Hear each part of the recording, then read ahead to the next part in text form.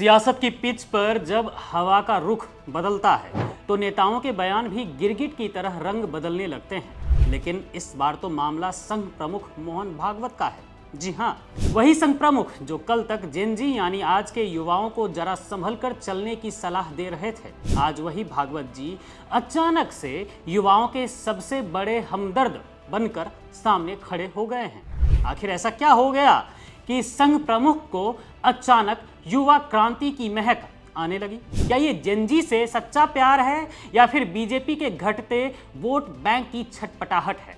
और सबसे बड़ा सवाल तो ये है कि क्या वाकई संघ और बीजेपी के बीच अब वो खिचड़ी पक रही है जिसकी बू अब धीरे धीरे पूरे देश में फैलने लगी है? खैर, अब जरा मोहन भागवत जी की बातों की कड़ियां जोड़िए और देखिए कि कैसे 10 दिनों के भीतर ही बयान का पूरा मौसम बदल गया है। 6 अगस्त को मुंबई के रंग बिरंगे कार्यक्रम में भागवत जी कहते हैं कि अगर कोई आंख मूंद कर भरोसा करने को कहे तो वो जेनजी पर भरोसा करेंगे। वो कहते हैं कि ये पीढ़ी उनकी पीढ़ी से भी ज्यादा ईमानदार है। और तो और सड़कों पर उतरकर विरोध करने वाले युवाओं को उन्होंने सीधे राष्ट्रभक्त का सर्टिफिकेट तक दे दिया। लेकिन रुकिए, जरा पन्ने पीछे पलटिए। 25 जुलाई को दिल्ली में यही भागवत जी कहते हैं कि अब आदेश देने का दौर खत्म हो चुका है, युवाओं को समझाना पड़ेगा। और फिर 27 जुलाई को हैदराबाद पहुंचते पहुंचते उनका सुर और बदल जाता है, जहां वो खुलेआम कहते हैं कि नई पीढ़ी शांत दिमाग से नहीं सोचती है, यानी कि जेनजी शांत दिमाग से सोचते ही नहीं हैं। अब कोई भागवत जी से पूछे कि हुजूर, आखिर असली मोहन भागवत कौन से हैं? दिल्ली वाले, हैदराबाद वाले या फिर मुंबई वाले? 3 बयानों का यह त्रिकोण साफ बता रहा है कि संघ के भीतर कितना बड़ा भ्रमजाल फैल चुका है।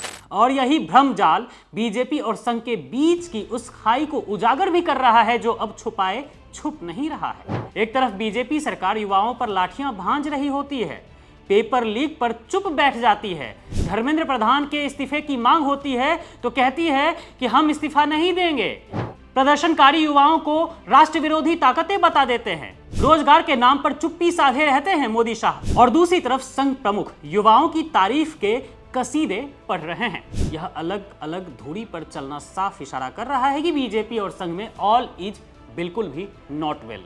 लेकिन सवाल यह है कि आखिर ये जेनजी युवा भागवत जी पर भरोसा क्यों करे?